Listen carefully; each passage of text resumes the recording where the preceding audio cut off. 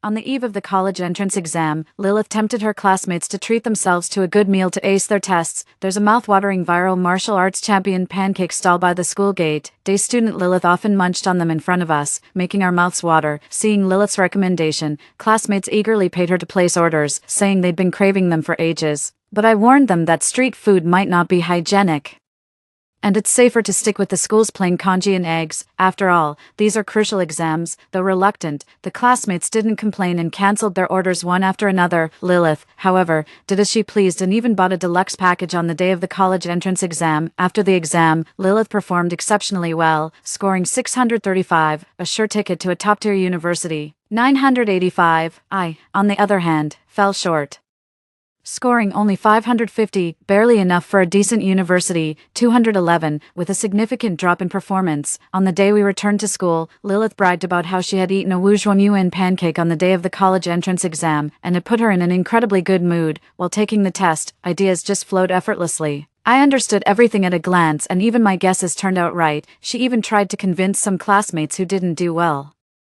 saying the school's egg and rice porridge had no nutritional value and hindered clear thinking. That's why they underperformed. Otherwise, you could have gotten into a top-tier university like I did. Someone told you to eat eggs and plain congee, yet they totally bombed the exam themselves. Instantly, a few classmates who scored around 300 to 400 points shot me resentful looks. No matter how much I insisted that those scores had nothing to do with diet, they just wouldn't listen. They insisted I cover all their tuition fees for repeating the year. I had to take on multiple summer jobs, but it still wasn't enough to fund their lavish lifestyle. When I finally ran out of money, they brutally beat me and even lured me to the rooftop before pushing me off. When I came to, Lilith was enticing classmates to buy Wujuan pancakes, with proper nutritional support. Acing the college entrance exam is totally within reach. Hearing this, classmates flocked to place orders with her, remarking how her stellar grades made sense now that they knew about her daily nutrition regimen. In my past life, I tried to stop them and met a tragic end. This time, I'll watch them all suffer from stomach issues during the exam. Noticing my indifference, Lilith walked straight over with a cheerful smile and said, "Sharon, aren't you going to try some, if things go as usual tomorrow? School will just serve that bland congee and eggs again, definitely going to kill your performance." I could tell from Lilith's smile that she was up to no good, so I shook my head in refusal. Not hungry. The martial arts champion pancake stall by the school gate is a viral street food spot. They live stream daily to attract customers and business is booming. They even came up with a slogan to ride the wave of the national college entrance exams: "Eat the champion's pancake, become the top scholar." For a while, quite a few parents planned to get these for their kids on exam day for good luck. In my past life, I accidentally saw the vendor trimming their nails with scissors, worried it might be unsanitary. I tried to stop them, who knew my good intentions would be completely misunderstood. They even blamed me for their poor exam results. How ridiculous. This time around, I won't interfere. Let them eat. They'll be speechless after one bite. Do they really think Lilith aced the exam because of that pancake, and that I failed because of plain congee and eggs? Bullshit. On the day of the college entrance exam, Lilith had congee and eggs, while I had a Wujuan pancake. That day, I had just bought breakfast and returned to the classroom, but first went to the restroom. When I came back, I saw Lilith eating my breakfast. I was about to confront her, but she tossed me a Wujuan pancake. Said she suddenly craved congee and wanted to trade her champion-style baked flatbread for it. Even boasted that her flatbread was a deluxe combo with egg and sausage. Told me not to act smug since I was getting the better end of the deal. I was so annoyed, but had to eat it anyway. Figured it probably wasn't a big deal, right? Sigh. What else could I do? I couldn't exactly take the exam on an empty stomach. Ended up with terrible stomach pain during the test. Made multiple bathroom trips, and completely bombed it. 1. My ranking plummeted from top of the class to average. Kissed my shot at a top-tier university goodbye. Meanwhile, Lilith, who stole my congee and eggs, aced the exam, snatched the top spot, and walked away with a 50,000 yuan scholarship, basking in all the glory. I always had a bad feeling about her in the past. Not only did she convince our classmates to eat street food before the college entrance exams, but she also stole my egg congee. Now that I think about it, Lilith did it on purpose. She must have known that pancake was unhealthy and deliberately sabotaged me, all just to steal my top spot in the class and grab the scholarship. After the fact, they even claimed I failed because of my plain congee and eggs, turning my classmates against me. What a despicable person. Hearing my response, Lilith furrowed her brow. "Everyone else is subscribing except you. Is that really appropriate?" I feigned surprise. "What do you mean? Are you trying to force me Lilith said repeatedly. No, there must be a reason, right? She was staring at me. I could sense the malice in her gaze, so I said casually, I love plain congee and eggs. What's it to you? Lilith looked at me for a moment, said nothing, and went back to urging classmates to order pancakes from her. Most students placed their orders right away, and the few who were hesitant got aggressively persuaded. Lilith even shouted out loud, there's strength in numbers, the more people join in, the better the results. She kept hyping everyone up, and even the guys at the bottom of the class who usually underperform were practically worshipping her. Everyone pinned their hopes on that pancake to turn their fate around. They also relentlessly pressured classmates who hadn't ordered to place their orders. We were under immense pressure, as if not ordering made us sinners. Before long, I was the only one left. Lilith came up to me with a few guys, putting on that fake sweet act. Sharon, everyone's ordered already. You're not going to be the only one who doesn't, right? You wouldn't want to ruin the vibe for everyone, would you? I couldn't be bothered to respond and just kept reviewing my notes. I've taken this exam in a past life. So many concepts feel vaguely familiar. I'm confident I'll do even better this time. Sharon, are you deaf or what? You got first place yourself, but you don't give a damn about the rest of us. A really aggressive guy slammed his hand on my desk. I was startled, and when I looked up and saw Lilith's smug expression behind him, my heart sank. This guy is totally whipped for her, constantly fawning over Lilith like a lovesick puppy. Too bad she's a top scorer with 600 plus points, just toying with a loser like him who barely scrapes 400. I scowled and snapped. Have you lost your damn mind? You think a pancake will make you king of the world? With that IQ, you might as well kiss college entrance exams goodbye. The boy's face flushed crimson. You dare insult me? He's about to throw hands. I'm not scared one bit. Got a problem with what I said. Couldn't force your way, so now you're resorting to violence. Go ahead, make a move. None of you are getting away with this. Lilith stopped the sycophant with a frown and said, Sharon, are you really trying to sabotage class unity? Using moral high ground against me again? Too bad I'm not buying it. Are you out of your mind? How can eating a pancake make a bunch of little sweethearts appear?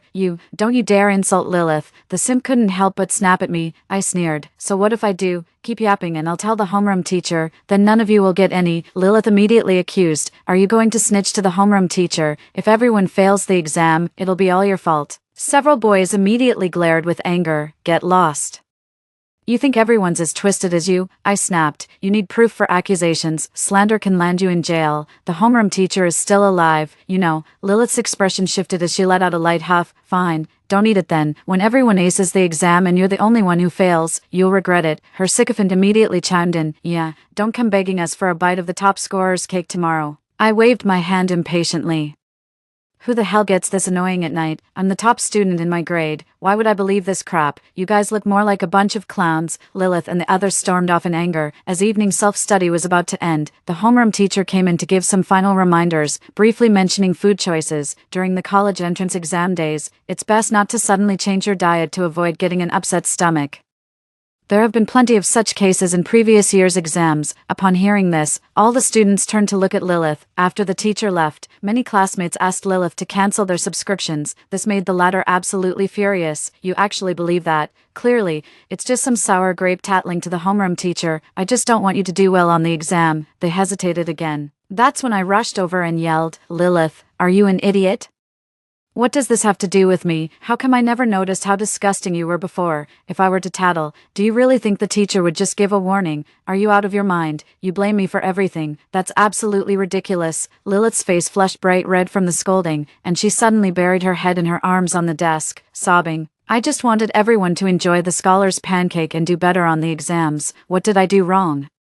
Why are you doing this to me? Sobbing. Suddenly, hostile gazes from all around were fixed on me. I was utterly contemptuous. How dare you slander me just for the so-called greater good? Unbelievable. I turned and walked away without a second thought for those people. I saw right through them long ago. They couldn't care less when it doesn't concern them, and when you try to help, they not only show no gratitude but even kick you when you're down. Head back to the dorm and get some proper sleep. Tomorrow, you'll get to enjoy my healthy and delicious congee with eggs. After washing up back at the dorm, I just lay in bed and heard from my roommate that, in the end, no one canceled their subscription because everyone was too embarrassed by what Lilith did, and then she went and pinned the blame on me again. What a piece of work. The night before the college entrance exam was so nerve-wracking. Yet I didn't dare say much, even with my past experience. In the middle of the night, someone muttered, "Why worry when you've got a sesame cake? Those without one probably can't even sleep." Absolutely unbelievable. 3 years of hard work, all riding on a sesame cake to turn the tables. Who cares about her? I slept like a log. The next morning, I woke up even earlier than I ever had in my past life. After quietly washing up, I got ready to head out. The morning broadcast had been on for a while by then. My roommate had just gotten up. If I finished washing up now and went to the cafeteria, I should still make it in time. But not only did they not get up, they even made fun of me for having to go buy breakfast myself. We get to eat the champion's grand pancake. I shook my head without a word, wolfed down my meal at the cafeteria, and returned to the classroom with an empty lunchbox. At that moment, Lilith was enthusiastically handing out pancakes. Everyone's face was beaming with the joy of impending victory in the college entrance exams. "Lilith, this giant pancake smells amazing. I feel like I could even score 600 on the exam now." The simp took a big bite of the pancake, with a sycophantic grin on his face. "I can already smell it. I can't wait to dig in. I'm going to make it into a top-tier university." A male student took a deep, epic inhale, filling his lungs. With a look of pure bliss on his face, Lilith glanced at me and said with a laugh, "I got up early to have the master make this. I've been waiting forever." "Thanks, Lilith. Thanks, Lilith." The students all expressed their thanks. The moment she said that, I grew suspicious. Since when was someone like her so kind-hearted? Sure enough, I noticed many classmates looking uncomfortable, even disgusted, glancing hesitantly at Lilith. They wanted to speak up, but seeing her being the center of attention, they held back and reluctantly took a bite of the flatbread. "Holy crap, I saw several people puking, and you're still eating this. Is this even from last night?" I ignored them, went back to my desk, tucked my lunchbox away securely, and started reading. She won't be able to sit still. Sure enough, Lilith came over shortly after, feigning confusion as she asked why I hadn't gone to the restroom. Is this girl keeping an eye on me every single day?" "I already went in the dorm," I replied without turning my head. "Oh, so you're not having breakfast?" Lilith asked again. I ignored her, but she kept pestering me and pulled out a flatbread. I happened to have an extra one. "Want to try it?" Before I could say anything, her simp couldn't stay quiet. "Lilith, why are you giving it to her?" "Oh, I just had something a bit heavy and feel like having some plain congee to cut through the richness." "I'm sure Sharon won't mind, right?" Lilith said as she reached for my lunchbox. I said, "I don't eat flatbread. Are you deaf or something?" Lilith's expression shifted slightly. "Sharon, how could you say something so hurtful?" Her lapdog scolded me, but I couldn't care less. "My fault. You didn't say anything when someone was shamelessly clinging to you." "Lilith, don't give her any. She doesn't deserve to eat something this good." The simp snapped angrily. Lilith said nothing and returned to her seat. After morning self-study came the reading session, and I could feel someone staring at my back the whole time. I paid it no mind. When the reading session ended, I got up and pretended to head to the restroom, but turned back right after stepping out of the classroom. Then I saw Lilith rummaging through my lunchbox. "What are you doing?" I shouted. Lilith looked a bit guilty, but it was quickly replaced by anger. "Where's your breakfast?" I quickly walked up to her and scolded. "What does my breakfast have to do with you? Are you trying to steal it? Aren't you going to eat your big pancake?" Lilith argued that she was worried I hadn't eaten breakfast and specifically brought me the big pancake. I was about to refuse when I suddenly caught a whiff of something rancid, and couldn't help but gag. "Get away. What is this? It stinks. It's gone bad. Are you trying to give me food poisoning? Did you buy this yesterday? Are you trying to make me sick?" The barrage of questions made Lilith's face darken, and she snapped at me. "Don't you dare slander me. Everyone's eating just fine." "Find my foot." I saw Triple X rushing to the bathroom. I fired back immediately, then proceeded to provoke them. "If you think it's not spoiled, why don't you take a bite? I haven't seen you eat any." Just as Lilith was in a dilemma, her simp snatched the flatbread and glared at me. "Who said this flatbread is spoiled? It's absolutely delicious." As he spoke, he wolfed it down, pretending it tasted amazing. I was dying of laughter. You could smell it had gone bad from a meter away, yet he still managed to eat it. "The college entrance exam is about to start. If you get food poisoning now, it's all over. 3 years of hard work down the drain." The simp immediately stopped eating, gritted his teeth and said it was fine, then demanded I apologize. "Why should I apologize when you didn't even finish it?" She wouldn't even take a bite. "Why should I apologize? Get lost already. Don't make me sick to my stomach." I waved my hand impatiently. The two stormed back to their seats in a huff. Soon after, I saw the simp dash out of the classroom, risking getting caught by the teacher to buy bread and milk for Lilith. Then he scurried off to the restroom clutching his backside. The teacher showed up moments later, demanding to know who'd been running around. Before anyone else could speak, I tattled, "Teacher, Triple X bought milk and bread for Lilith. Weird, didn't she have a sesame pancake this morning? Maybe she was too nervous to eat it. The classmates immediately started whispering among themselves. What sesame pancake? You can eat whatever you want after the exam. The homeroom teacher didn't notice anything unusual and told us to quietly review our lessons and get in the right mindset. Seeing Lilith's awful expression, I was feeling just fine. It took a while before the pathetic follower returned to the classroom, looking completely drained, and got an earful from the homeroom teacher. I immediately sneered. Was it the sesame flatbread that upset your stomach? Just as the love-struck fool was about to answer, the homeroom teacher sensed something was off and demanded, what sesame flatbread? Didn't I tell you all not to eat random stuff? You didn't have the cafeteria's plain congee and eggs. The whole class hung their heads. Guilt written all over their faces. The sycophant muttered under his breath that it wasn't nutritious, then grinned and claimed he'd gotten sick from eating something else. Ugh, what a pathetic bootlicker. The teacher didn't say much, just reminded us to take care of personal hygiene before the exam and avoid wasting time on bathroom breaks during the test, with half an hour of self-study time left.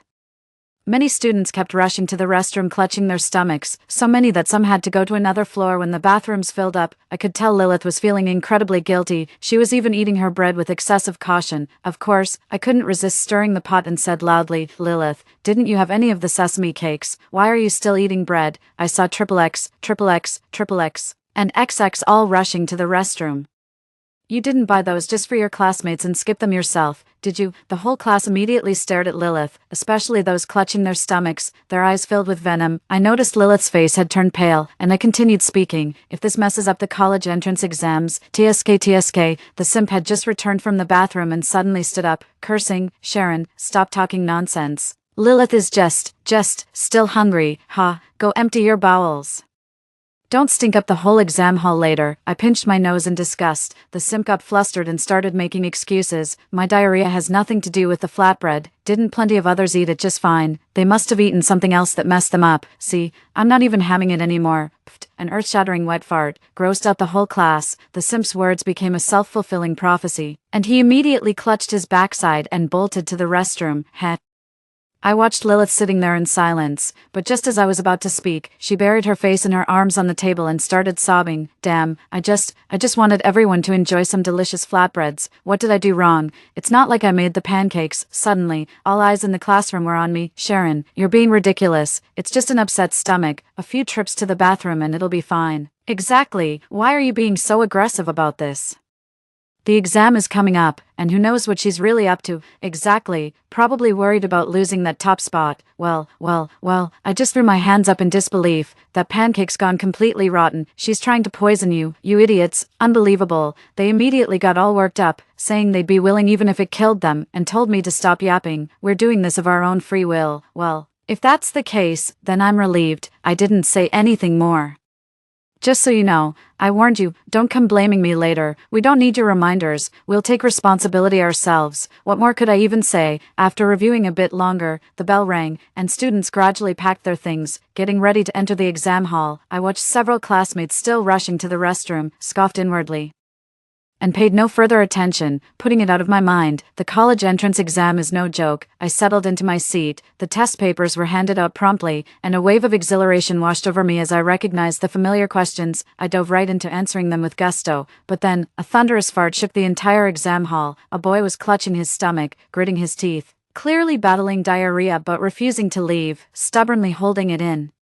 The teacher was almost at her breaking point, standing before him ready to offer comfort, only to see his eyes red and brimming with tears. I feel like something's about to come out. The teacher couldn't hold back and started retching. 02. The next second, the boy bolted straight for the restroom in a frantic rush. I know that guy. He was one of the boys following Lilith yesterday who pressured me into ordering those flatbreads. The absolute legend who thinks flatbread can change his destiny.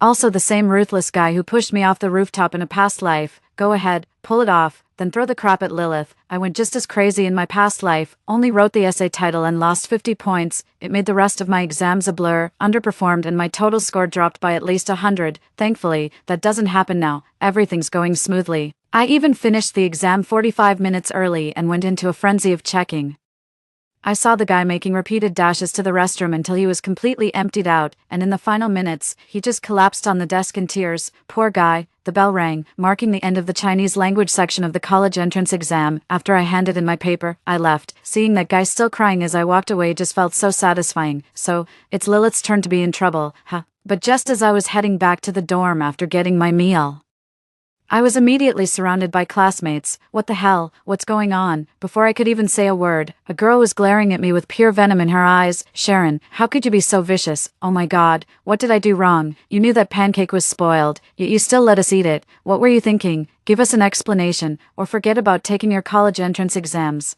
A boy with a crazed look on his face even tried to hit me. Are you out of your minds?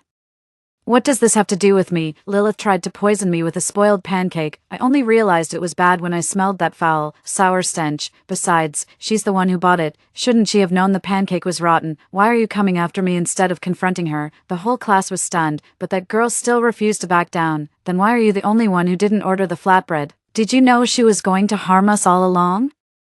So why didn't you all follow my lead and not buy it? So instead of confronting Lilith, the one who actually wronged you, why come to me? I just don't like flatbread, that's all. The teacher even warned us not to change our eating habits. You're the ones who didn't listen. I've been eating plain congee and eggs for 3 years. What's wrong with liking what I eat? We've got math this afternoon. If you keep harassing me, I'll report you to the homeroom teacher.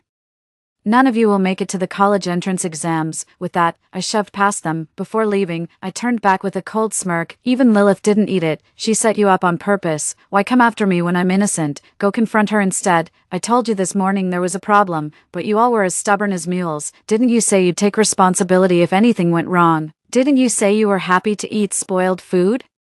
Weren't you the ones who said not to blame us, and now you have the nerve to come to me? The classmates were all ashamed, and soon a few of them started to break down. Turns out, Lilith made a run for it under the cover of her simps. As if running away wasn't enough, she even accused me of being in on it. The classmates, caught up in the heat of the moment, had no choice but to come after me. This is insane. Now they all know it has nothing to do with me. I'm breaking down in tears. Wah. I didn't even finish my essay. I'm doomed. I haven't even started writing. I only wrote the title. I only got as far as the dictation part. They poured out their grievances to each other, growing more remorseful and furious by the minute. Damn it. Let's confront her after school. Before the afternoon math exam, I followed my roommate and watched from a distance as they cornered the sneaky day student Lilith at the school gate, demanding an explanation. You bastard.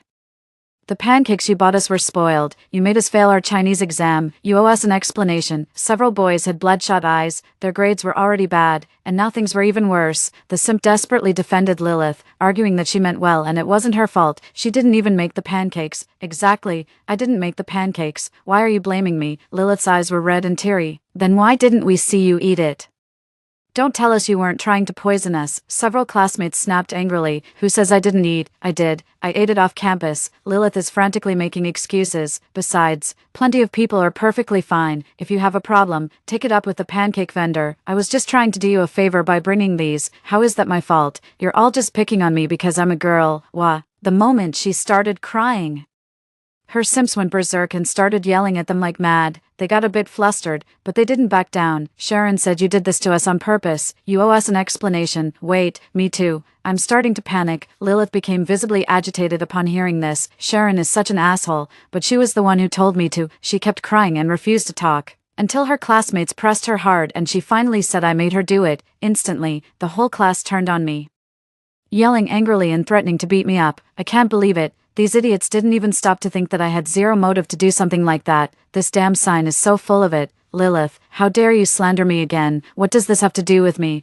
I rushed over and yelled. Lilith suddenly looked guilty but put on an even more pitiful act. Sharon, I didn't mean to rat you out. I'm so sorry. Now I look even more like the culprit. Screw your apology, I fumed, glaring at the security guard nearby. Sir, please call the police. I refuse to believe someone can falsely accuse me in broad daylight. The old man immediately pulled out his senior-friendly phone and handed it to me. I took it and was about to call the police. Seeing I was going to call the police, my classmates swallowed their colorful language and watched quietly to see how things would unfold.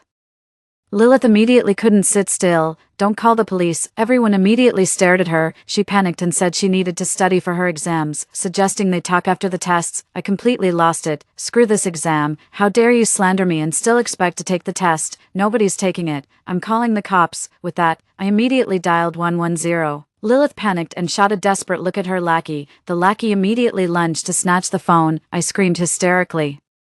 Lilith, what do you mean by that? Feeling guilty, aren't you? Still trying to frame me? What possible reason would I have to harm my classmates? The students immediately understood and started hurling vicious insults at Lilith. It's her, the guilty one. What on earth are you doing? A familiar voice suddenly rang out, and the students immediately fell silent, staring at the newcomer in hushed fear, the homeroom teacher. And she's furious, teacher. Lilith ran crying into the teacher's arms.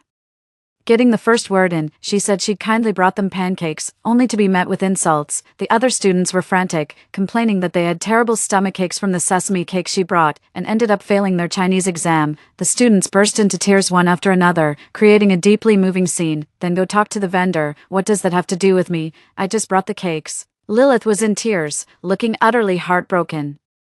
How dare you accuse me of deliberately bringing you spoiled pancakes? How was I supposed to know they were bad? Sobs. She even shot me a deliberate glare. The homeroom teacher immediately grasped the severity of the situation and flew into a rage. Didn't I tell you not to change your eating habits? How could you not tell me about something this serious? Do you even see me as your homeroom teacher anymore? This is utterly irresponsible behavior toward your own lives. I'm absolutely furious. The homeroom teacher was screaming at the students like a madman. The students were all reduced to tears and didn't dare talk back. Seeing the smug look on Lilith's face, I immediately spoke up. Teacher, it was Lilith who insisted it would boost their grades. That's why they bought it. She even pressured those who hadn't purchased it to do so. Lilith's face darkened as she snapped at me to stop making baseless accusations. But her protests were drowned out by the chorus of complaints from our classmates. Exactly, it's all her fault, and she didn't even eat any herself. She tricked us into eating it. The homeroom teacher immediately fixed her gaze on Lilith and began to reprimand her. And you, why did you bring those pancakes for the class? Lilith tearfully protested, saying she meant well, but she still got scolded. Meant well. What kind of good intention is that? Since when does meaning well mean bringing street food? Lilith burst into loud sobs while her obsessive admirer barked frantically. Eventually, the homeroom teacher reluctantly let us take the exam first, promising to investigate the matter afterward. The math class passed by quietly and quickly, still posing no challenge to me since I had some recollection from my past life. After class, the students rushed to confront Lilith, only to find out she had already slipped away again. The desperate admirer frantically blocked his classmates from chasing after her, urging them to take their anger out on the street vendor instead of his Lilith. The classmates rushed to the school gate only to find their homeroom teacher, police officers, and a group of school administrators gathered outside. Lilith was also stopped for questioning, and the classmates swarmed around her. Under Lilith's confrontation, the street vendor quickly confessed everything. Turns out he had already told Lilith last night that he wouldn't have time to do that much the next day. She insisted on doing it anyway, saying it was fine even if it was done the night before. I never said that. Boss, don't you dare slander a girl like me, Lilith screamed, her eyes reddening and welling up with tears, a picture-perfect victim. Suddenly, everyone turned on the vendor, furious. What the hell? That's no excuse for selling stale, moldy pancakes. The owner went into full self-destruct mode. I know it's wrong, and I admit it's my fault, but this girl is no saint either. Lilith offered no further explanation, simply weeping uncontrollably. Immediately, more people began cursing the boss for his shamelessness in bullying a young girl. The boss flushed crimson with rage. I immediately raised my voice and declared, "Exactly, boss, do you have any proof? How dare you slander a girl's reputation?" Lilith waited at your stall for a long time this morning. At the mention of evidence, the stall owner suddenly came to his senses and shouted that he had live stream footage. Instantly, Lilith's face turned pale. She shot me a glare and immediately burst into tears while speaking to the police. "Officer, he's selling contaminated food. Arrest him right now." The officer frowned slightly, sensing something was off, and spoke calmly. "If you really said that, you could be considered an accomplice." Lilith immediately burst into tears out of fear. "Officer, I'm just a kid. I'm not even an adult yet." The teacher also pointed out that she was just a student. The officer hesitated. I spoke up again. "Yeah, it's just the college entrance exam. I can always retake it next year." Everyone was stunned. "That's right. This affects the futures of over a dozen students. How can we just brush it off like it's nothing?" "Sharon, you jerk. Are you just afraid I'll outscore you on the exam and snatch that scholarship? Is that why you're targeting me like this?" Lilith looked absolutely terrifying. I had a look of utter injustice on my face. "You tried to trick me into eating that flatbread today, and you even accused me of conspiring with you to buy it. What's wrong with me speaking a few words of fairness?" Lilith tried to speak, but her classmates turned on her, hurling insults and demanding an explanation. She's already an adult. I just gave her a birthday gift last month. A classmate spilled the beans. The situation only calmed down after parents showed up. I heard they're waiting until after the Gaokao to discuss compensation. On the afternoon of the second day, the final exam bell rang for the Gaokao. After handing in my paper, I walked over to the boy from my exam hall. Seeing he still seemed dazed, I sighed and said, "You could have gotten into a top-tier university." His eyes instantly turned bloodshot, and his whole body trembled. Soon after, the homeroom teacher held a brief class meeting, gave some instructions, and dismissed most of the students. Then, about a dozen parents and police officers entered. I didn't pay attention to how things ended. I went back to the dorm to pack up and get ready for dinner with my parents and younger sister. My dad helped me load my things into the car, and we chatted while stuck in traffic. Suddenly, an ambulance wove through the gridlock traffic, and parents' cars quickly made way. I had a gut feeling, opened the dorm group chat, and immediately got the news. Lilith was stabbed and bleeding heavily. The assailant tried to take their own life but was stopped by the police. Turns out, Lilith's parents refused to pay a single penny, first blaming the vendor, then accusing the other kids of eating recklessly. They even had the nerve to demand compensation for emotional distress and their travel expenses. Then, one of the boys, after being viciously berated by his mother, snapped, pulled out a hidden knife, and stabbed her. I heard it was a serious injury, but I didn't dare ask for details. Not my problem anyway. Karma's a bitch. In the end, Wuzuongyuan Bake Shop got busted for a ton of food safety violations, fined, shut down, and now facing massive lawsuits. The guy who stabbed someone got sentenced to over a decade in prison. When his mom dropped him off, she finally broke down in tears, swearing she'd never pressure him again. Lilith's paralyzed. She'll spend the rest of her life in a wheelchair. After learning the news, the desperate admirer relentlessly pursued her. After being rejected, he reportedly did something outrageous to her and ended up getting sentenced to 10 years in prison. All the classmates who ate the spoiled flatbread failed their exams and had to retake the year. Meanwhile, I topped the city's college entrance exam results, and my phone was flooded with calls from Tsinghua and Peking University. Ugh, I'm so torn about this. Story 2. My sister and I are the last twin lotus of fertility in the Beastkin continent. When we took human form, the heavenly Tao bestowed upon us 2 fertility arts to choose from. My sister, finding childbirth too arduous, swiftly claimed the lesser art, surrogacy. Thus I was left with the greater art, multiple births per conception. We married the Dragon Prince and Tiger Prince respectively. My sister, being promiscuous by nature, secretly carried affairs with various beastmen, yet fearing her infidelity would be exposed for childbirth, she repeatedly forced me to bear her illegitimate offspring. I was compelled to deliver litter after litter of hybrid creatures. The entire Orsish continent is rife with vile rumors about me, branding me a common whore. My husband, the Dragonkin Crown Prince, refused to hear my defense, calling me a base, wanton harlot. Every time I bore his beastkin offspring, he'd flay them alive and force me to swallow their remains. Unable to endure such inhuman torment, I leapt from the 10,000-meter beast god peak, shattering every bone upon impact. When I opened my eyes again, I found myself back on the day of my metamorphosis. Just like in my past life, my elder sister was the first to seize the surrogacy art, but to my delight, the remaining art had transformed into bloodline evolution. I quickly and quietly assimilated it into my body. In this life, every child conceived within me shall be cherished without exception. I shall resurrect the long-extinct mythical beasts of mountains and seize to roam the Beastkin continent once more. The day of my sisters and my metamorphosis arrived as destined. Mighty beastkin warriors from all corners of the realm converged upon our birthplace, surrounding it like an impenetrable siege. When my sister and I undergo transformation, we're blessed with divine fertility magic to help the beastkin race prosper. Even before her transformation, my sister would sway her body with the wind, flaunting her irresistible charm. She pretended to care for me. Little Juno, you're so naive. Let me choose first. I'll leave the best fertility magic for you.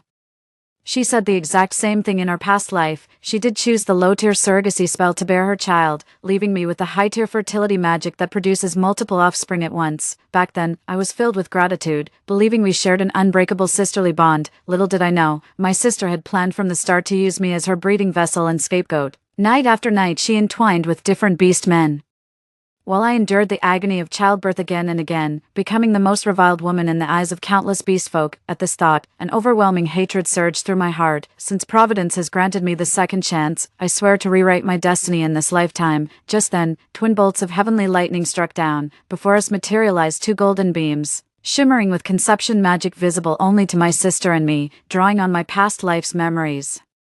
I immediately dashed toward the glow on the left. That must be a low-tier conception art surrogacy through womb borrowing, but when my vision cleared, I realized it was a celestial tier conception art I'd never encountered before, bloodline evolution. As I stood bewildered, my sister's murmuring reached my ears. Womb borrowing, that means no childbirth pain. Perfect, you're the one. Hearing this, my confusion turned into excitement. Clearly, my sister wants me to take the fall for her lust again, but this time I'm smashing her alibi to pieces. With this bloodline evolutionary conception art, I'll never have to bear disgrace again. Whether it's snakes, bears, dogs, or any other beast that enters my womb, I can evolve them into long-extinct primordial divine creatures like the Taotai, a ferocious beast, Shengliu, nine-headed serpent, or Baze. Legend says this white mythical creature knows the names and weaknesses of all demons. Realizing this, I quickly absorbed the celestial tier fertility art of bloodline evolution into my body while my sister wasn't looking. My sister accepted the surrogate pregnancy technique and probed. Juno, I saved the better one for you. What fertility art did you get? I lied. It's a multiple birth technique. A smug smile flickered across her face before she could hide it. Suddenly, she raised her voice to the surrounding orcs. It's your turn to choose wives now. Vanessa, won't compete for attention, but my sister Juno is ambitious by nature. She wants everything she lays eyes on. That's why I gave her the advanced fertility magic. You should prioritize her too. In our past life, she pulled the same manipulative act, building herself up while planting the seeds to shift blame onto me. At that moment, a towering, formidable figure stepped forward first, clad in golden armor. He was Kale, my husband from a past life, as the crown prince of the Dragonkin. Kale's true form was a golden dragon, granting him mating priority across the Beastmen continent. When his gaze met mine, I instantly averted my eyes. I refused to be chosen as his bride again. That tyrannical, domineering man, in my past life, no matter how I explained, he was convinced I was a tainted woman, forcing me to endure the agony of losing our child again and again. Yet he still came to me and took my hand. My sister Vanessa looked somewhat dejected nearby. She'd thought portraying herself as a pure white lotus would make Kale choose her. But what Kale valued most was fertility magic. Had my sister not acted out of jealousy in our past life, making me bear 9 canine offspring first, if only I'd helped Kale sire 9 dragons instead, perhaps my fate would have been different, but none of that matters now. In this lifetime, I won't marry him again. Kale tipped my hand and whispered tenderly, Juno, will you be my dragon consort? Thunderous applause immediately erupted around us, to the orc clans. Kale's union with me would surely breed the true dragon, making him the rightful contender for the Orc King's throne. These years of endless strife between orc factions have left the lands bleeding, crying out for a new monarch to unite the Orcish continent. I hesitated, searching for a way to refuse him without revealing my reincarnated nature, but in that moment of hesitation, Kale suddenly shoved me away with brutal force. He glared at me with disgust and spat, "Filthy wench.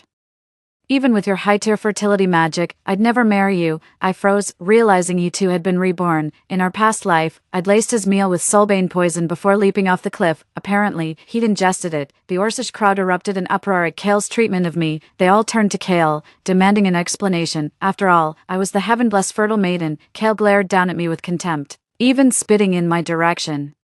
He swept his gaze across the crowd and declared in a judge's tone, "As a golden dragon, I possess the gift of foresight. When I took Juno's hand just now, I foresaw her birthing a brood of inferior beastkin, nothing but worthless mongrels. That's why I'd never marry her. She's clearly a shameless adulteress. Any man who weds her is just asking to be cuckolded." The orcs exchanged bewildered glances, their faces a picture of disbelief. Vanessa then approached me, shaking her head in exasperation as if disappointed by my failure to improve. Pointing at me, she scolded, "Little Juno, what am I to do with you? Even after your transformation, you still cling to those vile old habits. You used to flirt with every stray dog that crossed our path, desperate for its attention. How many times must I tell you, sister, a woman should be demure and pure as jade? When will you learn?" I was absolutely livid. She was clearly describing herself. I shouted back, "That's not true at all. I'd never do such things. They're slandering me," but no one would listen to my explanation. Kale and Vanessa's joint slander had drawn me in the orcs' fury. They stared at me with disgust, hurling insults word by word. Who would have thought someone so innocent-looking could be this shameless? This desecrates the sacred gift of fertility from the heavens. Do you truly believe we orcs have no moral boundaries? Enjoy playing dirty, do you?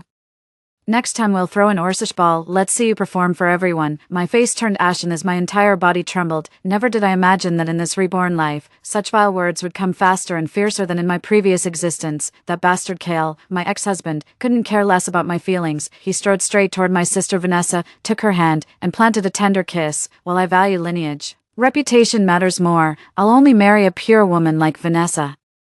Vanessa flushed with flattered embarrassment, her face a picture of coy delight. She soon turned to me with a smug look, saying meaningfully, "Well then, dear sister, it's your turn to choose." The orc spectators immediately scattered in all directions, avoiding me like the plague. In the end, only a few reputation-defying fiend beasts remained before me. Those fiend beasts eyed me with predatory gleam, drool dripping from their jaws as they made their greedy declarations. Juno, since proper orcs won't have you, come home with me. Don't let my python form fool you. My skills rival any dragonborn's. I run a pleasure house. Whatever your taste, I can satisfy it. My stomach turned as these orcs' vile nature revealed itself before me. Even Kale seemed unable to stomach it. Remembering I was once his wife, he glared at me contemptuously. "Juno," he sneered, "if you could behave with some decency, I might take you back as a servant." Vanessa immediately bristled and urged me, "Juno, hurry up and choose a husband. With your current reputation, you can't afford to be picky. You should be grateful any beastman would still have you. Pick one at random now, or you'll end up a widow." I ignored her, lifting my gaze toward the majestic Beast Mountain in the distance. That's where my chosen husband awaits. When they saw me looking toward Beast Mountain, the beastman's eyes gleamed with malicious delight. Deep within the Beast Mountains dwells the Orc King in name only. In my past life, I'd heard countless variations of legends about that Orc King. Some say he was confined to the Beast Mountain Palace by divine will for his tyranny, forbidden to leave. Others claim he should have perished long ago, that the missing orcs across the continent were his victims, sustaining his wretched existence by stealing their beast cores through dark arts. Opinions vary, but nearly all are negative. Yet in my past life, when I leaped off the cliff, I accidentally uncovered the Beast King's secret. As I descended toward the Beast Mountain Palace, I saw the Beast King taking a group of young beastkin out for fresh air. Those young beastkin were all disabled infants abandoned by major beast clans. Typically, when such flawed offspring are born, beast clans would throw them off Beast Mountain to perish.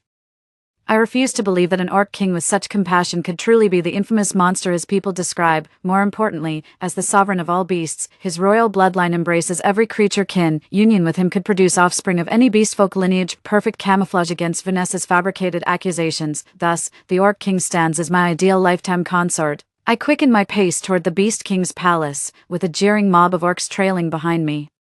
That Juno must be desperate if she's setting her sights on the Orc King himself. They say the Orc King has no interest in women. Juno's scrawny frame wouldn't even make a decent snack for him. Maybe that's exactly Juno's plan, using her status as the Orc Queen to fool around behind his back. I ignored them and soon reached the mountain path before the Beast King's palace. The orcs, however, still feared the lingering authority of the Beast King and dared not follow further. As I pressed forward step by step, Kale's voice soon echoed behind me, "Juno, don't think hiding in the Beast King's palace gives you free reign. That orc monarch won't spare you a second glance. If you value your life, come with me now. Serve your sister as her handmaiden." I halted mid-step and turned to face him. A cold smile played on my lips as I replied indifferently, "Isn't this our first meeting? What concern are my affairs of yours?" Kale froze momentarily. In my past life, consumed by guilt for repeatedly bearing monstrous offspring, I obeyed his every whim in hopes he'd grant me justice. This marked the first time I openly defied him. He stumped his foot in furious frustration. Without a care for his thoughts, I pressed forward. Vanessa pitched her voice shrilly toward the Beast King's mountain palace. "Your Majesty, my little sister here says she wants to marry you. You'd better keep a close eye on her. In the blink of an eye, she might end up bearing another man's child for you." At last, I arrived before the gates of the mountain palace. Just as I was about to step through the entrance, an overwhelming pressure barred my way. A chilling voice commanded, "Leave at once." I pleaded urgently, "Beast King, I've been falsely accused with nowhere left in the entire Beastman continent. I beg for your sanctuary." He responded indifferently. "I overheard your conversation. You hold no interest for me." Dismissed. Steeling myself, I pressed on. "I know you shelter many abandoned beastfolk. I seek no crown, only to aid you in caring for them." After a moment's hesitation, he finally spoke coldly. "Come in." I successfully entered the Beastmount Palace and met the Orc King. He wasn't as aged as I'd imagined, though his hooded black robe obscured most of his face. I could still sense he resembled more of a cold-hearted youth. He remained aloof, keeping me at arm's length, merely assigning me to care for the disabled orcs, but I believe this is a good start. As long as I never leave the Beast Mountain Palace, Vanessa's false accusations against me will collapse on their own. Vanessa is moving much faster than in my previous life. The very next day, I felt the first stirrings of pregnancy in my womb. This sister is truly something. Having an affair the very next day after her wedding, I sensed it, this time. She's fooling around with a rat man. Seems she chose the beast that breeds the fastest, aiming to drive me away from the Orc King's side as soon as possible, lest he actually takes a liking to me. I immediately activated my bloodline evolution pregnancy art. Barring any mishaps, this birth won't produce an ordinary ratkin, but the divine beast Bowie, the six-eyed exorcist from Shanhai Jing. For days I tread carefully torn between revealing the truth to the Orc King and fearing he'd banish me before my delivery. Fortunately, he paid me little heed. Even the subtle swell of my belly escaped his notice. Then came the 10th day. To everyone's shock, Vanessa and Kale arrived at the Beastmount Palace with an army of beast soldiers. Ratfolk have an incredibly short gestation period, merely 10 days, and Vanessa had clearly timed this perfectly. She shouted outside the palace gates, "Oh my dear sister. How should I even begin to address your situation? Days ago I saw you sneaking around with the rat folk, and now I sense your pregnancy. Surely you haven't truly conceived that vile rodent's offspring." The Orc King nearby instinctively glanced at my belly upon hearing my sister's words. His brow furrowed slightly when he noticed my rounded abdomen, yet he refrained from questioning me. Vanessa kept shouting outside, "Juno, come out this instant. Let me examine you. I won't have you embarrassing our blessed Lotus reputation." Soon after, Kale's voice joined the commotion. "Orc King, I demand to inspect Juno's purity for you. If you don't release Juno now, I'll lead my troops to storm the Beastmount Palace." Flashing his draconian prince status, Kale clearly held no respect for the Orc King he deemed feeble. "I can't let them capture me. I know they'd gut me alive upon seeing my pregnancy, just to examine what monstrous spawn I carry. The ratkin inside me hasn't fully evolved yet. When the time comes, I won't be able to explain myself no matter what I say." I turned to the Orc King with pleading eyes, on the verge of tears from sheer desperation. With a trembling voice, I protested, "Your Majesty, please believe me, I've done nothing improper. This is all due to the fertility magic of our blessed Lotus." Before I could finish, he raised his hand to silence me. He strode straight to the palace gates, seeing the Orc King emerge alone. Kale immediately demanded, "Where's that bitch Juno?" Vanessa chimed in mockingly, "Probably knocked up with some bastard spawn, too ashamed to show her face." The moment their words hung in the air, two sharp cracks rang in my ears. The Orc King raised his hand and struck each of them across the face. The usually arrogant Kale froze momentarily before shouting at the Orc King, How dare you strike me?" The Orc King declared with icy finality. "So long as I remain on this throne, you are all my subjects. My queen is not yours to judge. Leave within 3 breaths, or die." As he spoke, the Orc King unleashed a chilling wave of murderous intent. Even standing meters behind him, I could feel the overwhelming pressure of his royal aura. This was the Orc King. Though he'd withdrawn from worldly affairs for years, no new ruler had risen to challenge his throne, a testament to his unfathomable power. Kale sobered up after witnessing the Orc King's formidable power.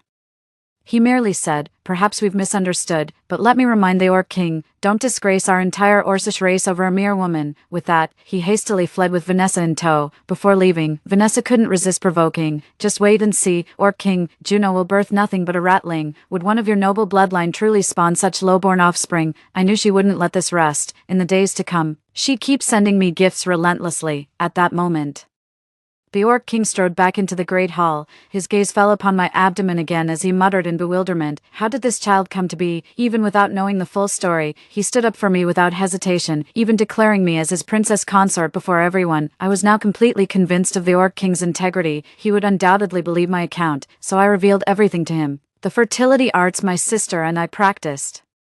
I recounted every humiliation and resentment I'd endured across lifetimes, laying bare my soul to him. Even the proud Orc King couldn't help but stiffen upon hearing my words. His gaze softened considerably as he comforted me gently. "From now on, with me here, they'll never harm you again." I let out a long sigh of relief. This lifetime, I'd chosen the right path. A day later, I gave birth without complications. This is no ordinary rat folk, though resembling a rodent.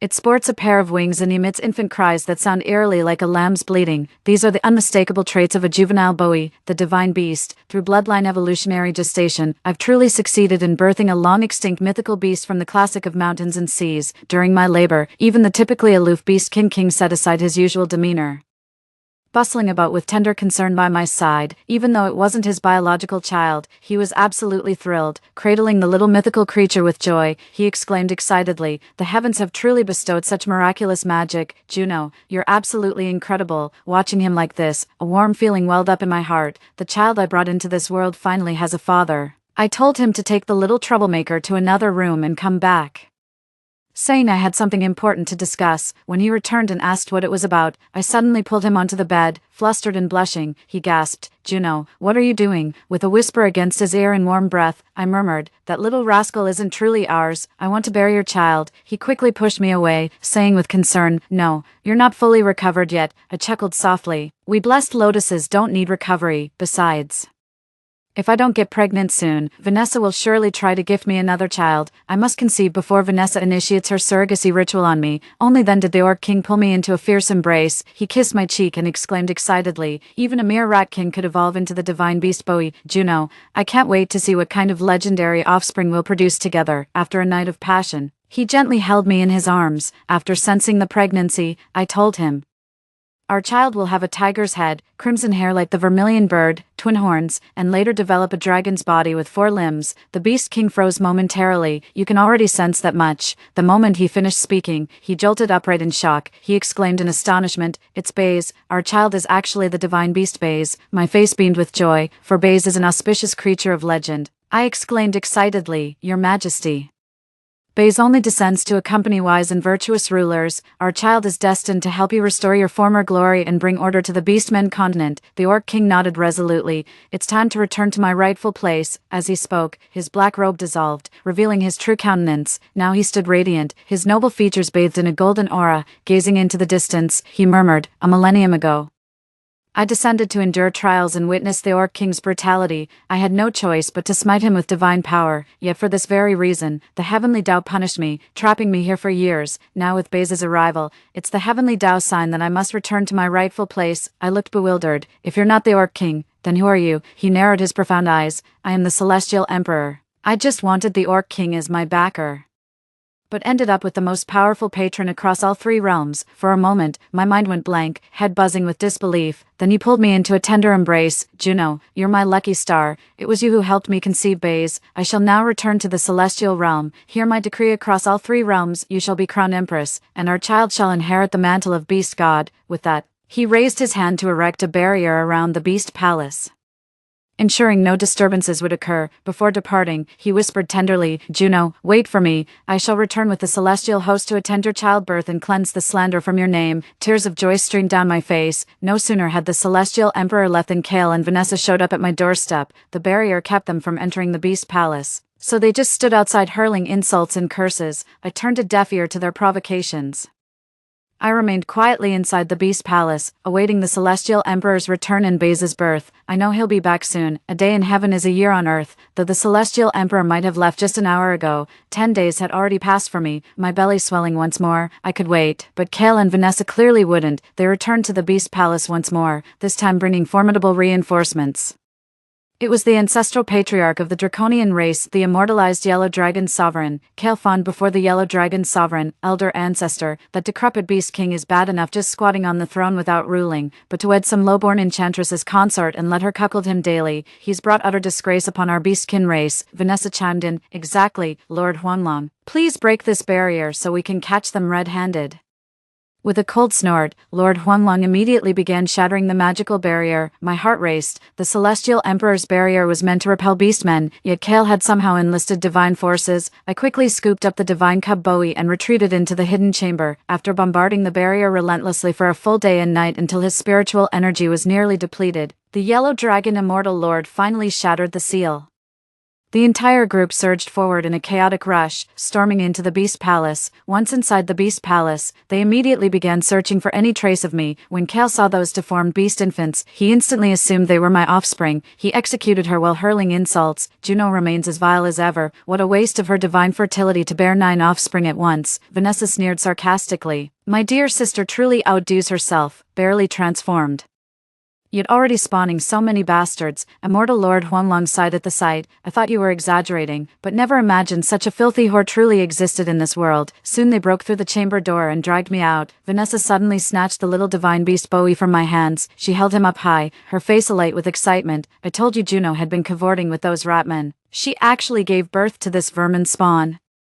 Kale's face darkened as he shot Bowie a look of pure disgust. Then, just like in his past life, he mercilessly slammed it to the ground and crushed it underfoot. I screamed in despair, "No, that's a divine." But before I could finish, Kale struck me with a palm strike, sealing my voice acupoint to silence me. Kale lifted Bowie's lifeless body and advanced toward me step by step. He was about to force-feed me that thing again, stomping away. He kept cursing.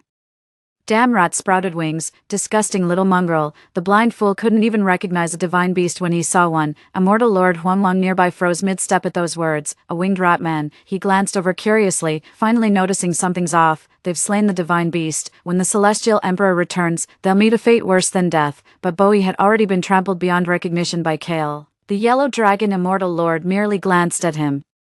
Noticing nothing amiss, he shook his head in frustration and bellowed with exasperation, "Orc King, where are you hiding? Show yourself before this immortal lord. How dare you with such a low-born wench? Come forth and meet your doom, then yield the throne to my dragon heir." In no time, Kale stood before me. With a look of contempt, he pried open my mouth and shoved the smashed Bowie inside. Meanwhile, Vanessa's gaze fell upon my swollen pregnant belly.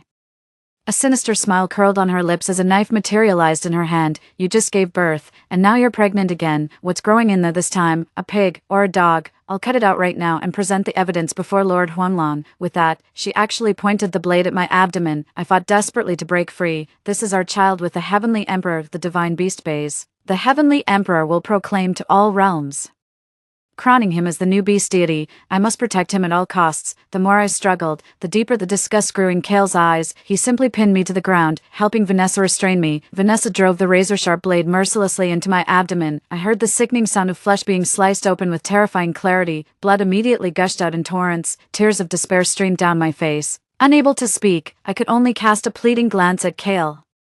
Yet the more I behaved this way, the more repulsed he became. He even raised his hand to choke my neck, shouting in fury, "You filthy wench, not only did you cheat, but you dare protect that bastard child. The Orc King may tolerate your wretchedness, but Kale, will not." As he spoke, Vanessa slid her hand into the bleeding gash across my abdomen. Her hands fumbled inside my abdomen until she found Baze's fetus. With a brutal yank, she tore out the barely formed Baze. Agony ripped through me.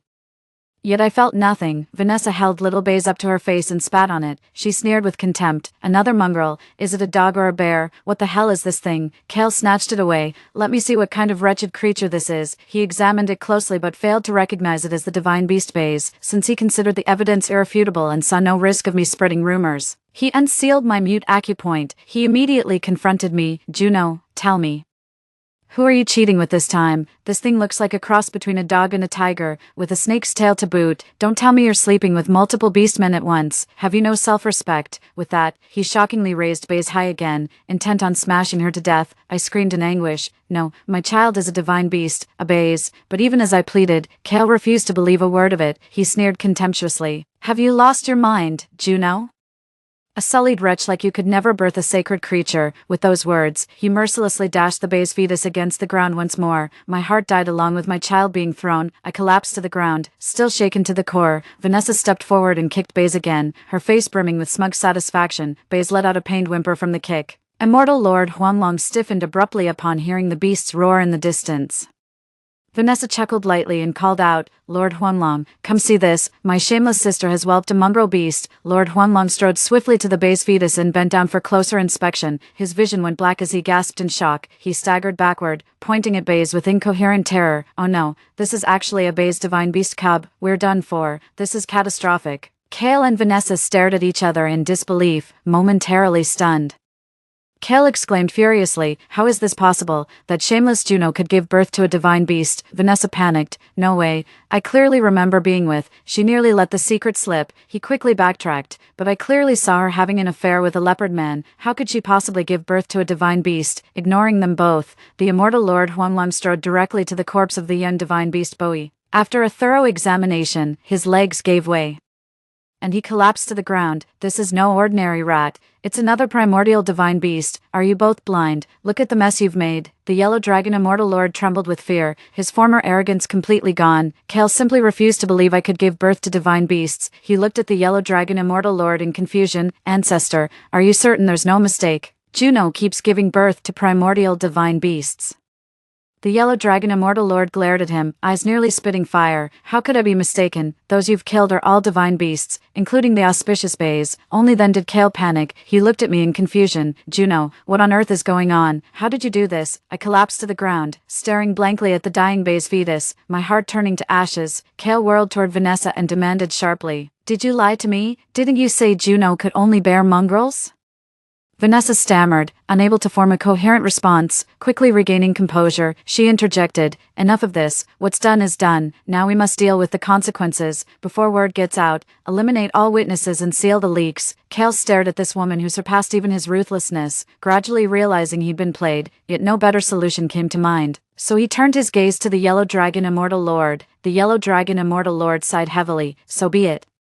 What a cursed deed. Baze is a sacred beast of the three realms. If this gets back to the Celestial Court, they'll skin me alive. Do it. Leave no witnesses. We'll claim we were purging the Beast King's unfaithful concubine." Kale hesitated for a moment before advancing toward me step by step. When he pressed his blade against my neck, I didn't utter a single plea for mercy. Life and death mean nothing to me now. I only want to see them pay for what they've done. Kale's voice dropped low as he demanded, "Juno, tell me, how did you manage to give birth to a divine beast?" I glared at him, my fury twisting into bitter laughter. "Kale, the Celestial Emperor is my child's father. You'll soon face his wrath." At this, Kale let out a mirthless chuckle. "Juno, have you lost your mind? You think the Celestial Emperor would fancy you?" Just then, excited murmurs arose outside the hall. "Your Majesty, the birth of Baze is truly an auspicious sign for all three realms. As the Eastern Emperor, I shall present the Heavenly Queen with a grand gift in gratitude for bringing the child of destiny to the three realms. Our demon clan shall muster our full strength to assist you, Celestial Emperor, in establishing Baze as the new beast deity. My husband, the mighty Celestial Emperor, has finally returned." His return came swiftly, but it was already too late. By the time the auspicious beast lifted his heavenly punishment, our child had already become a lifeless corpse. My dead heart wrenched with agony once more. The Celestial Emperor soon arrived at the palace gates with Lord Donghua and other immortals in high spirits, only to be met with a scene of bloodshed and chaos.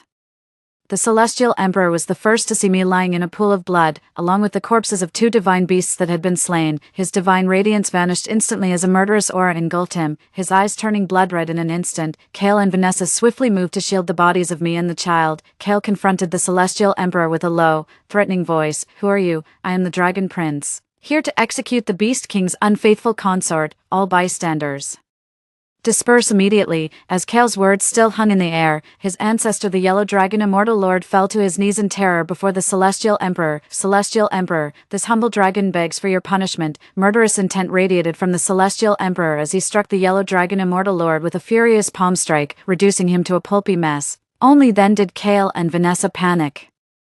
It finally dawned on them that I wasn't lying. My husband truly was the Heavenly Emperor who reigns over all three realms. Kale suddenly thrust his sword into Vanessa's heart. He shoved Vanessa down beside me and delivered a vicious kick. "You're the real bitch here. It's always been you using me all along." Then he knelt beside me, pleading, "Juno, I was wrong. Vanessa had me completely fooled. I beg you, plead with the Heavenly Emperor to spare my life." I didn't even glance at him, my gaze fixed on the Heavenly Emperor instead. "I never want to lay eyes on these disgusting creatures again. They shall be erased from all three realms, permanently." The Celestial Emperor's face twisted with rage as he growled, "This punishment is insufficient." With those words, he unleashed his divine pressure, saturating the entire Beastman continent with terrifying energy. Within moments, every Beastman who had consorted with Vanessa prostrated themselves in abject terror. The werewolves, Serpentfolk, and Panthermen all publicly confessed their affairs with Vanessa across the Beastkin continent, branding her with shame while clearing my name. Yet for the Celestial Emperor, this was far from sufficient. He summoned all those Beastkin before him, then swiftly restored Vanessa to health. He banished Vanessa Kale along with all her Beastkin lovers into a pocket dimension of his own creation. He barked at Kale and the others.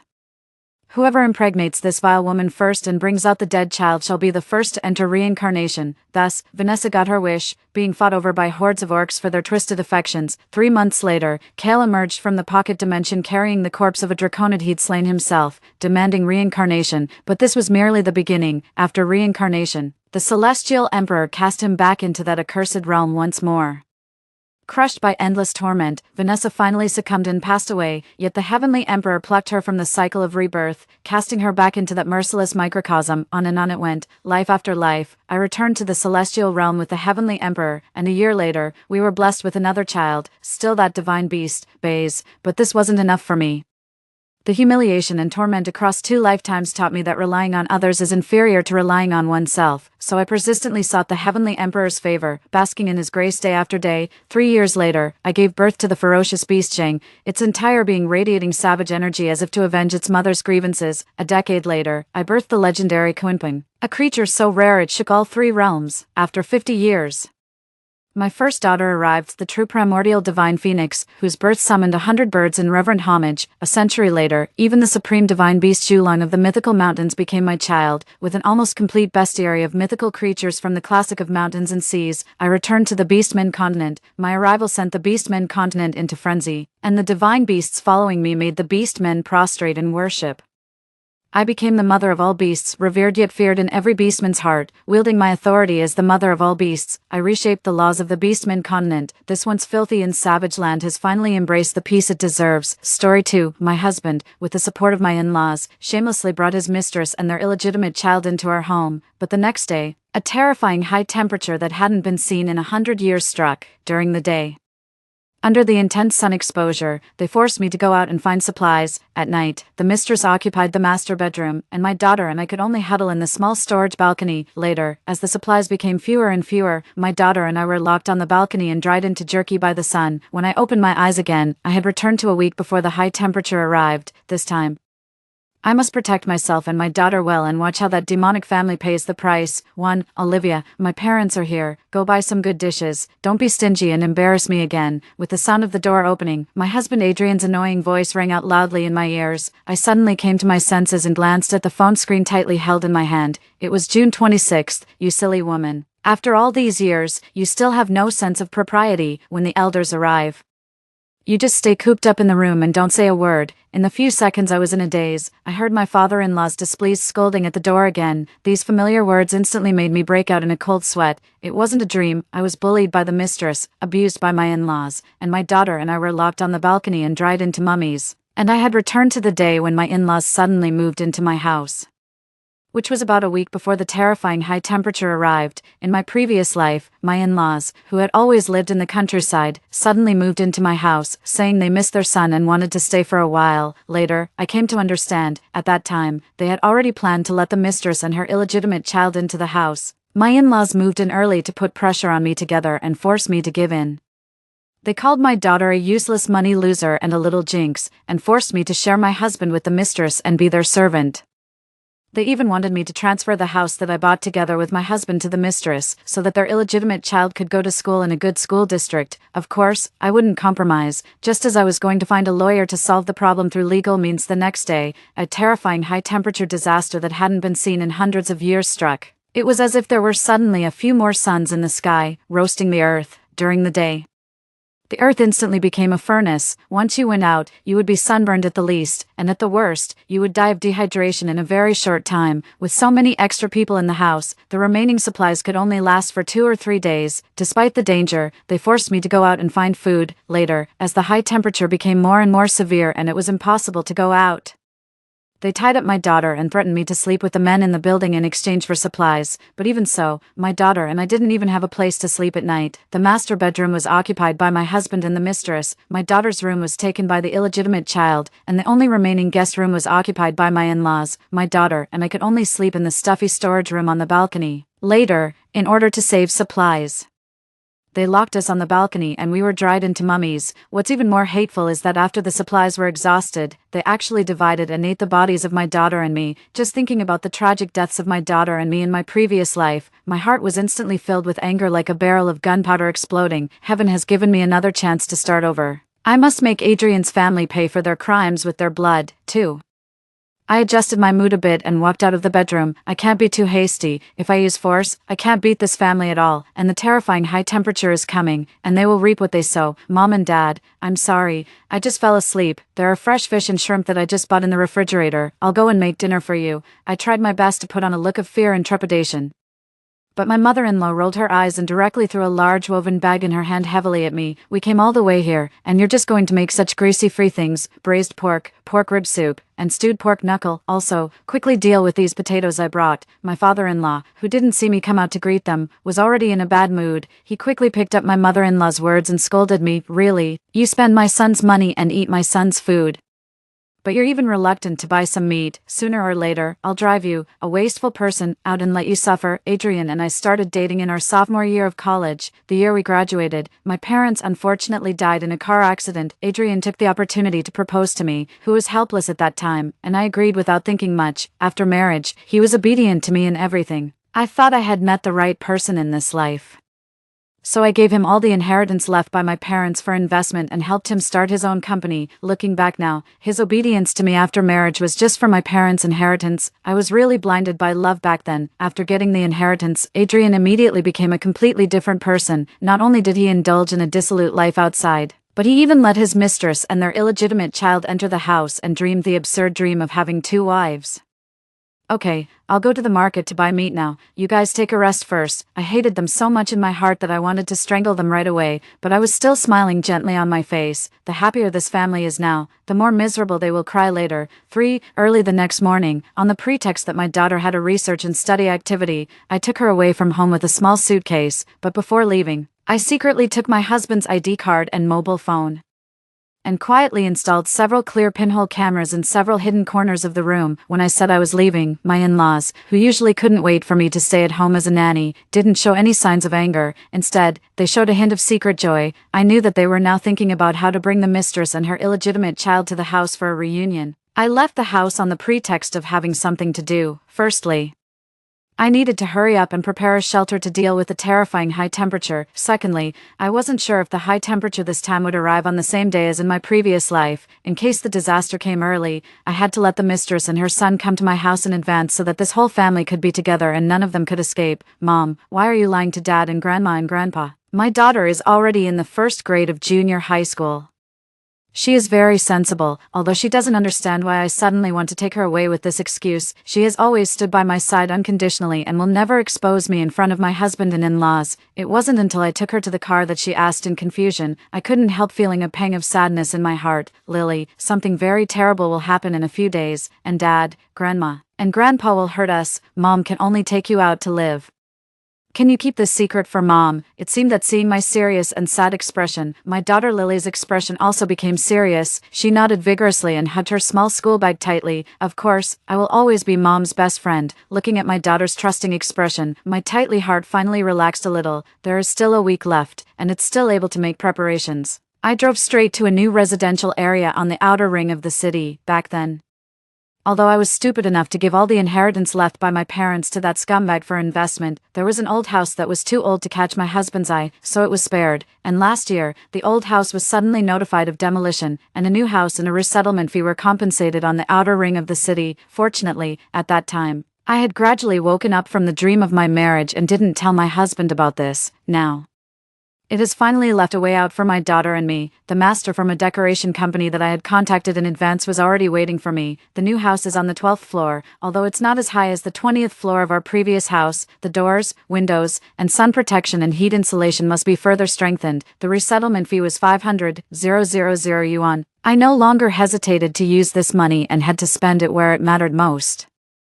I directly asked the master to use the best materials to carry out the best sun protection and heat insulation treatment on the walls, and it had to be rushed. It must be completed within a week. When the master heard that money was not a problem, he was also very straightforward. He started measuring the dimensions immediately and promised me that he would definitely complete the project on time and with high quality. After that, I checked the house inside and out. Fortunately, it was a newly decorated house, and the quality was acceptable. I just needed to purchase some home appliances and furniture before my daughter and I could move in. After calculating the remaining resettlement fee in my hand, I took out my husband's mobile phone and ID card and borrowed money from all the lending platforms online. After transferring all the money to my card, I immediately deleted all the records. The scumbag man had a good credit. I successfully borrowed nearly 5 million yuan.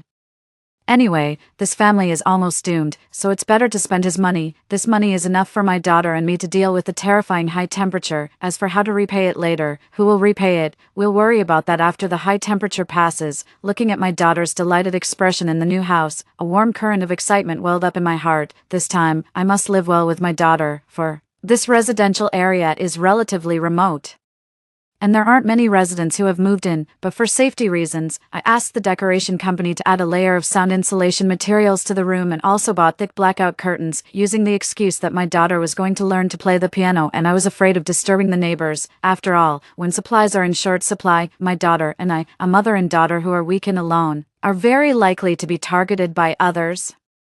It's necessary to try our best to erase our living traces. After 2 days of shopping with my daughter, all the necessary furniture and home appliances were arranged. In addition to 3 large vertical air conditioners, I also purchased an air purification system, a water purifier and water purification tablets, as well as several small power generation devices and solar panels. After the terrifying high temperature arrives, the power supply in many places will be interrupted. So I must make full preparations. After preparing the large items, I didn't have time to rest and quickly went to the market to wholesale daily necessities and food ingredients. The first thing to buy was convenient food that was easy to store. I bought dozens of boxes of instant noodles, compressed biscuits, ham sausages, self-heating rice, freeze-dried vegetables, and dried goods such as mushrooms and kelp. Although the nutritional value of these things is reduced, they are the most important things to ensure the survival of my daughter and me. Then I bought several carts of fresh meat. I paid some handling fees and asked the boss to process them for me and cut them into small pieces and pack them in batches. In addition, there were the fish and shrimp, hot pot balls, ice cream, wontons, etc. that my daughter liked to eat. I stopped only when I estimated that the freezers were almost full. I also ordered a batch of barreled water.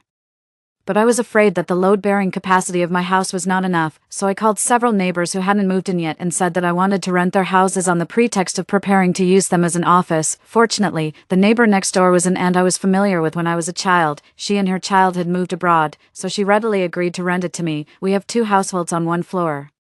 I simply asked the master to secretly install a sturdy anti-theft door at the elevator entrance. This way, it would be safer for me to get supplies from the neighbor's house next door. There are less than a week left before the high temperature arrives. Even if the property management finds out and wants to cause trouble for me, it's too late. After doing all these things and confirming that I had enough space to store things, I went to buy enough commonly used family medicines, toilet paper, sanitary napkins, seasonings, washing powder, etc. for 2 to 3 years of use. Finally, I also bought a lot of snacks, extracurricular books, and game consoles that my daughter liked, to persevere in the apocalypse. In addition to basic supplies, these spiritual needs are also very important. Looking at the dozens of pages of supplies on my list that were slowly ticked off, my previously uneasy mood gradually eased. In this way, if there are no special circumstances, my daughter and I can at least stay in the new house for a year or 2, and I believe in the country. Although this is a super disaster apocalypse that hasn't been seen in hundreds of years, it will definitely be able to restore social order within a year. Mom, are we going to stay in the new house and wait for the high temperature to arrive? My daughter asked me nervously.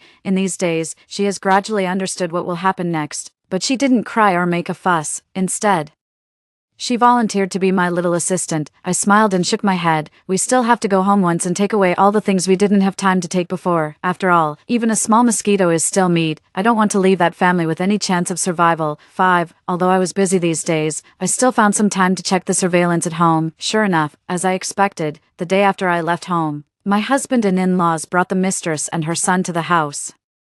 When Adrian saw my daughter and me suddenly coming back home, he was only shocked for a moment and then immediately put on a look of righteousness. Just in time you're back. I was still struggling with how to introduce Grace to you. As he spoke, he skillfully put his arm around the waist of the mistress beside him, as if he was introducing his wife to an outsider. This woman named Grace leaned against Adrian's arms as she spoke, and looked at me with a provocative smile on her lips. Hello, sister, I'll be joining this family from now on. Please be more understanding. I couldn't help rolling my eyes in my heart. This mistress didn't study hard when she was a child. She must have watched too many cheesy TV dramas. She didn't know that the apocalypse was coming and was still competing with me here. Seeing my expressionless and silent appearance, my mother-in-law probably thought I was going to lose my temper and start a quarrel. She immediately became anxious, quickly hugged the fat boy beside her into her arms, and gave me a fierce glare. Don't be ungrateful. After being married for so many years, you haven't even given birth to a son. In our hometown, you don't even have the qualification to divide the homestead. Our Adrian has a conscience and didn't divorce you. He couldn't bear to abandon you. A smart woman should be more magnanimous so that the family can be harmonious and everything can go well. Okay, I didn't say I disagree. Feeling my daughter's shoulders beside me trembling more and more, I couldn't bear it anymore and interrupted my mother-in-law's words. I glanced at Adrian and the woman beside him, and deliberately showed a helpless bitter smile. Actually, I've noticed something was wrong for a long time. I'm not a fool either. But what can I do? Grace is already here. From now on, we're all family. Let's get along well. When my father-in-law and mother-in-law heard me say this, they exchanged a look and were full of pride. In their eyes, it was reasonable for me, their daughter-in-law who had always been weak and easily bullied, to react like this. However, my husband didn't show any particular expression either. He just let out a long sigh. A deep sense of sorrow welled up in my heart. After enduring everything passively for so long, they thought I deserved to bear all this, even with my daughter still by my side. They were so brazen and didn't care about the child's feelings at all. In fact, I didn't plan to bring my daughter back at first, but my daughter seemed to have sensed everything a long time ago and insisted on coming back to accompany me. "I'm starving, Grandma. I want to eat pig's trotters. I want to eat drumsticks." The chubby boy who was tightly held in my mother-in-law's arms suddenly started shouting and yelling. He broke free from my mother-in-law's embrace and picked up a toy on the ground and threw it around. Suddenly, my eyes tightened. The doll he was throwing in his hand was the most precious doll of my daughter. I immediately got angry and was about to step forward to stop him. Unexpectedly, my daughter beside me gently tugged at my hand. The next second, I was stunned for a moment. Then I saw my daughter looking at me. Her eyes were red, but she tried her best to smile at me and shook her head. I instantly understood. My daughter knew what I wanted to do. She was willing to endure some grievances herself and also wanted to help me. I squeezed my daughter's little hand tightly and resisted the urge to give this chubby kid a good kick. "Don't cry, don't cry. It's my fault. Auntie, don't you want to eat pig's trotters? Auntie will make them for you." My mother-in-law glared at me. "You're such an adult, yet you're not as sensible as a child. Hurry up and cook. You're just being annoying here." I took a deep look at this family. 2 adults and 2 elderly people were all coaxing that chubby boy. It seemed that my daughter and I were just servants in this family. I led my daughter away quickly and secretly put Adrian's phone and ID card back in their original places. Compared to the millions of yuan I borrowed using his information, a small pig's trotter was nothing. "Eat it. Let's see how long you can still be so arrogant." These days, I'm still in charge of everything in this house and cooking for the whole family. They seemed to take it for granted that I had accepted this abnormal life of having a husband with 2 wives. But this was exactly in line with my plan. Every time I went out, I would secretly take some things from the house and send them to the new house my daughter and I prepared. There were my daughter's toys, books, our clothes, and the stored food at home. I wanted them to gradually experience the feeling of running out of everything. I only left the ingredients needed for daily meals in the refrigerator. Once the high temperature arrived and there was no one to find food for them anymore, I wondered if this family could still happily get through 3 days. As the day of the terrifying high temperature drew closer, the weather also became drier. It was sunny and exposure all day long, and the flowers, plants, and trees downstairs began to wither. While we were having a meal, the news was being broadcast on TV. According to experts' predictions, there will be continuous high-temperature weather in the coming period, but except for my daughter and me who were listening attentively, the others in the family didn't care at all. Well, after all, there was high temperature every year, and it was usually just a matter of 10 days or half a month. Who would have thought that this year it would be a disaster that hadn't been seen in 100 years? The corner of my mouth curled into a cruel smile. The long-awaited terrifying high temperature was finally coming. 6. Adrian, I signed up our daughter for a research and study activity. She's going to City J for half a month. I'll take her to catch the plane later. While they weren't talking, I suddenly interjected. Sure enough, my in-laws immediately frowned and started scolding me. "Where are you going? What's the use of a girl participating in these things? You can't earn a single cent yourself all day long, and you just know how to waste our Eric's money. Besides, there are so many things to do at home. Who will do them if you leave?" The Mistress Grace also rolled her eyes and kept picking meat into her son's bowl. "That's right. Those so-called research and study activities are all scams, sister. Don't be fooled." I knew they didn't want me to spend money on my daughter. Moreover, now I was the nanny for this big family. If I ran away, who would serve them? I wasn't in a hurry and smiled. "Don't worry, I've hired an auntie who will come to the house every day to cook and clean. Also, Mom and Dad, my friend in City J said that she brought back a lot of precious health products from abroad and wants to give them to me, since my parents are no longer here. I thought I could just bring them back and give them to you." By the way, as expected, the wrinkled faces of my in-laws immediately relaxed, but there was no auntie and no health products. What awaited them was only the intense, terrifying high temperature, as well as an empty kitchen and refrigerator. When Adrian heard me say this, his expression also softened a lot. He rummaged in his pocket for a long time and took out 50 yuan in cash and handed it to our daughter. "This is all the change I have. Dad, take it and buy some snacks. Remember to come back early. Grandma, Grandpa, and your little brother all miss you." My daughter didn't say anything and took the 50 yuan note. I couldn't help but sneer in my heart. Miss their daughter. I'm afraid they're just worried that there will be no one to be a maid for their young master these days. Although my daughter was only in the 1st grade of junior high school, they treated her as my little nanny. They made my daughter take care of their precious grandson every day and even asked her to run errands to buy things from time to time. I wanted my daughter to find an excuse to go back to the new house and stay there first, but my daughter flatly refused and insisted on staying by my side. Fortunately, this kind of life was finally coming to an end. I quickly took my daughter and left home that afternoon and also stopped by the vegetable market to buy a full carload of fresh fruits and vegetables. I was lucky. As soon as I got home, judging from my previous experience of the high temperature in my past life, the temperature outside had at least reached around 60 degrees Celsius. 7. When I woke up early the next morning, I saw through the window that the trees downstairs had already drooped their branches and leaves feebly. This was a precursor to them dying. I browsed the news, and sure enough, many people started paying attention to this high temperature weather.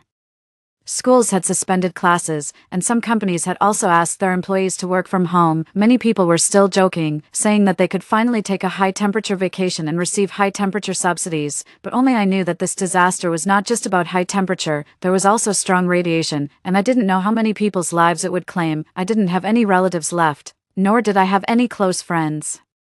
Other than protecting myself and my daughter, I really had no way to help others. After all, our abilities were limited. On the one hand, I didn't know if others would believe me. On the other hand, I was more afraid that if I revealed too much, we would be targeted in times of crisis. I could only leave comments under some news articles about the severity of this disaster, hoping that everyone could take advantage of the fact that they could still go out today and quickly purchase some supplies.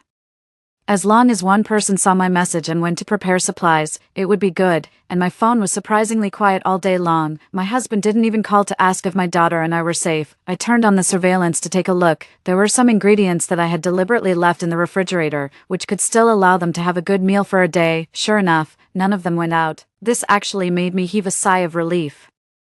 I was really afraid that they would suddenly realize the seriousness of the situation and rush out to buy supplies. On the second day after the terrifying high temperature arrived, at noon, my daughter and I were blowing the air conditioner and having a small hot pot when the phone rang harshly. "Hello, Olivia, where's the part-time maid you said you hired? She didn't come yesterday, and why hasn't she come today?" It was my husband Adrian's somewhat impatient roar on the other end of the phone.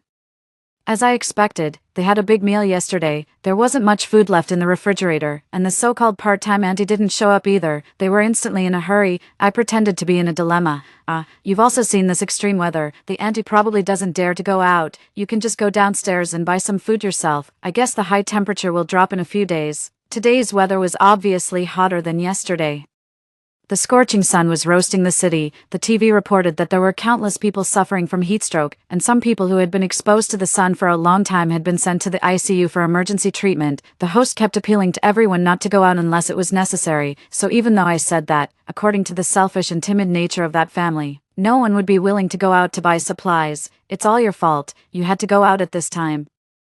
Hurry up and get back here." Sure enough, Adrian was silent for a few seconds on the other end, cursed me a few times impatiently, and then hung up the phone immediately. 8. I had just turned on the surveillance to see their chaotic situation when my daughter suddenly said, "Mom, can you cast the screen? I want to see it too." I looked at my daughter and hesitated a bit. Actually, I didn't really want my daughter to get too involved. After all, she was just a teenager. Facing such a father and grandparents, I was really afraid that it would leave a shadow in her heart, but my daughter seemed to see my hesitation and smiled at me. "It's okay. In fact, I've known all these things for a long time. I've always understood that they don't love me at all." I was really sad at first, but now I feel that as long as Mom is with me, I'm not afraid of anything. Looking into my daughter's bright eyes, I no longer had any scruples. I cast the surveillance video onto the TV and regarded it as our digital side dish while eating. As soon as it was turned on, the crying of the mistress's son came through the speakers like it was piercing our eardrums. "I'm starving. I want to eat. I want to eat meat." Adrian sat on the sofa with a bad expression, holding his phone. He was probably still angry with me. The mistress and my mother-in-law were coaxing the chubby boy on one side. My mother-in-law was holding a piece of potato in her hand. "Good boy, eat a piece of potato first. It was grown by Grandma. It's even more delicious than meat." This was a bag of potatoes that my mother-in-law brought on the day she came. I thought it was unlucky to take their things, so I just left them for them, but I guess that the only thing they could consider as food at home now was probably these potatoes. The chubby boy cried for a long time. I guess he realized that he couldn't cry for meat anymore. He looked at the potato in his hand, snatched it, and started swallowing it mouthful by mouthful. "Mom, the potato in this hot pot is really delicious." My daughter picked up a piece of soft and waxy potato that had been cooked, dipped it in the sauce, and took small bites. I smiled and picked a few more pieces of freshly cooked beef rolls for my daughter. "Yeah, but don't eat too much. If you eat too many potatoes, it will make your stomach feel uncomfortable." "Don't worry, unlike them, we have so many delicious things at home. We can still eat for a long time." My daughter and I looked at each other and smiled knowingly. In the following days, the high temperature weather didn't drop but rose instead. The outdoor temperature was estimated to have reached 80 or 90 degrees Celsius. The news reported that more and more people had died from heatstroke. Except for a very small number of people who had special radiation-proof suits and could barely go out, ordinary people simply couldn't go out to buy supplies. Olivia, aren't you coming back yet? Even though they knew that they couldn't go out because of the terrifying high temperature, my in-laws and husband still called me repeatedly to urge and curse at me. What can I do otherwise? Why don't you fly a plane to pick me up? I was lying on the sofa watching TV and sneered. Then quickly contact the boss who usually delivers goods for us, ask him to send us some supplies. Adrian was almost roaring. In the past, I would always participate in the group purchase group of the community. When the weather was bad occasionally, I would also contact the boss of the community store to deliver goods. Without me, Adrian hardly knew how to buy supplies. Are you crazy? You don't even dare to go out yourself. How can the boss deliver goods to you? Just wait, maybe it will get better in a few days. I was too lazy to say another word to him and directly hung up the phone. These days, the only thing they could eat at home was potatoes. Sure enough, adults could endure it for a while, but that chubby son had been crying all day long, saying that his stomach hurt and burned and that he wanted to eat delicious food and meat. Of course, there was also a supplies mutual assistance group in the community.